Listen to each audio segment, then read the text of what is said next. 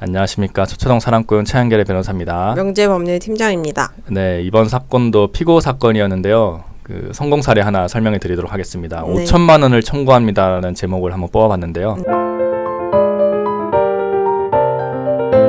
네네. 팀장님 한번 사건 설명 주시죠. 네, 사건 설명 드리겠습니다. 원고는 30대 회사원 남성으로 결혼 3년차 신혼입니다. 코로나로 어려운 시기에 결혼을 하였지만 원고와 그의 아내는 남부럽지 않은 결혼 생활을 하고 있었습니다. 그러던 21년 봄부터 아내가 조금씩 변해갔습니다. 원고에게 짜증을 부리는 날이 부쩍 많아졌고 회사에서 야근을 한다며 귀가 시간이 늦은 날이 잦더니 심지어 외박을 하는 일도 생겼습니다. 달라진 아내의 태도에 화가 난 원고는 아내에게 불만을 표시했고 이는 부부싸움으로 번졌습니다. 잦은 외출과 외박에 대해 원고는 의구심이 들었고 이런 오해를 풀기 위해 원고는 아내에게 휴대전화 공개를 요구했습니다. 아내는 처음에는 거절했지만 원고의 끈질긴 설득 끝에 휴대전화를 공개했습니다. 하지만 안 보는 게 더 나았을까요? 휴대전화에는 충격적인 내용이 있었습니다. 아내의 카카오톡 대화 내용에는 친한 언니와 고민 상담을 하는 대화 내용이 있었는데 고민의 주제가 아내가 지금 만나고 있는 남자친구에 대한 내용이었습니다. 이에 원고는 아내에게 무슨 이야기인지 사실대로 말해줄 것을 요구했고 자신이 만난 지 얼마 안 된 남자친구가 있다고 고백했습니다. 원고가 아내가 외박했던 날 무엇을 했는지 추궁했고 이에 피고와 함께 있었다는 자백을 하였고 원고는 이를 근거로 숙박업소 카드 결제 내역 및 구글 타임라인으로 수차례 숙박업소에 간 사실을 확인했습니다. 그와 더불어 피고가 원고 배우자가 유부녀라는 것을 알고 있다는 카카오톡 대화 내용도 확인되었습니다.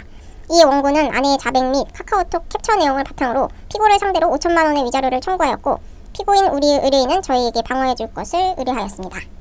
네, 이번 사건은 원고가 피고에게 5천만 원을 청구한 사건이고요. 네. 재판부도 5천만 원이나 청구했는데 적당한 금액 한 2,500만 원으로 합의해라 뭐 이런 말씀을 하셨던 사건인 걸로 기억이 납니다.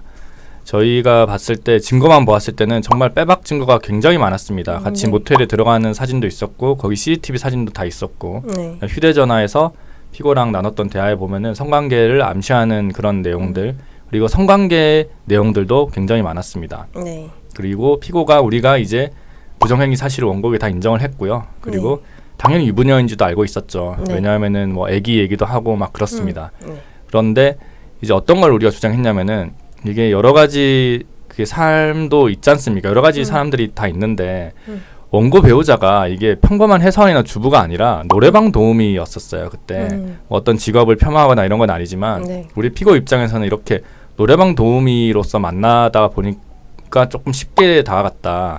그런 걸 봤더니 좀 측은한 마음이 들어가지고 더 잘해주게 됐고 만남을 가지게 되었다. 이런 내용을 좀 얘기를 했습니다. 네. 그리고 남편 그런 내용을 먼저 냈더니만 남편은 거짓말하지 마라. 내 와이프가 그럴 리가 없다. 노래방 도우미라니 어떤 도우미를 말하는 거냐. 막 그런 식으로 서면이 나왔습니다. 그래서 우리가 또 입증을 했습니다. 남편 몰래 이렇게 친한 언니와 노래방 도우미 일을 하면서 이렇게 생계를 꾸려가더라. 이런 얘기를 막 하고 막 다퉜어요. 그리고 또 원고가 제출했던 어떤 증거 중에 정말 피고가 가지 않은 것이 굉장히 많았습니다. 네. 어떤 숙박업소가 있었는데 거기는 정말 피고랑 가지 않았던 거예요. 피고는 그날 뭐 예를 들면 뭐 본가에 가가지고 부모님이랑 같이 식사를 했다. 뭐 이런 증거들이 다 있었습니다. 그런 걸 좀 추려가지고 내고 그리고 맨 마지막에 뭐 또 저희가 재판장님께 말씀을 드렸을 때 뭐 다 조금 인정은 하지만 이런 부분은 조금 억울하다라고 이렇게 말씀을 드렸더니 재판장님도 알겠다 화해무 결정을 내리겠다라고 하시고 1,800만 원 모든 사정을 참작해서 1,800만 원으로 하자 이런 식으로 해서 피고는 원고에게 지급해라 이렇게 내리셨어요. 그때 이제 저희도 조금 많이 나온 거 아니냐 이게 한 1,200에서 1,500 차이면 되는 거 아니냐라고 저희 의뢰인에게도 이 일을 해서 한 번 더 싸워보자라고 말씀을 드렸는데도 저희 의뢰인은 그냥 원고 배우자를 생각했었는지 아니면 그냥 자신이 더 이상 소송에 좀 오래 가기 싫었던 건지 모르겠지만 그냥 1,800만 원 주고 끝내겠습니다라고 말씀을 하시더라고요.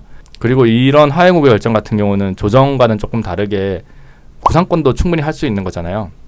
원고 배우자에게 900만 원을 또 청구를 할 수 있는 사항인데 아마 안 하시더라고요. 안 하실 겁니다. 이분은. 아무튼 5천만 원 청구했는데 한 1,800만 원으로 감형을 시켰던 사건이 좀 기억이 나서 오늘 한번 네. 말씀드려봤고요. 아무튼 이렇게 열심히 싸워야 됩니다. 이렇게 5천만 원 청구해가지고 그 3,500만 원 나온 사건도 많거든요. 저희가 원고 사건에서도 그런 경우도 종종 있었고 피고 사건에서도 전혀 대응을 안 해가지고 그런 경우에 있었던 거를 저희 항소심에 갖고 갔던 사건도 있으니까 여러분도 소장을 받으시면은 꼭 변호사 상담을 하시고 좀 열심히 다투셨으면 좋겠습니다. 네. 네, 이번 영상은 여기까지만 하고요. 다음 영상에는 더욱더 유익한 그런 사례들을 가지고 찾아뵙도록 하겠습니다. 네. 구독과 좋아요 꼭 눌러주시기 바랍니다. 지금까지 서초동 사랑꾼 최한결의 변호사였습니다. 명재법률팀장이었습니다. 네, 감사합니다. 감사합니다.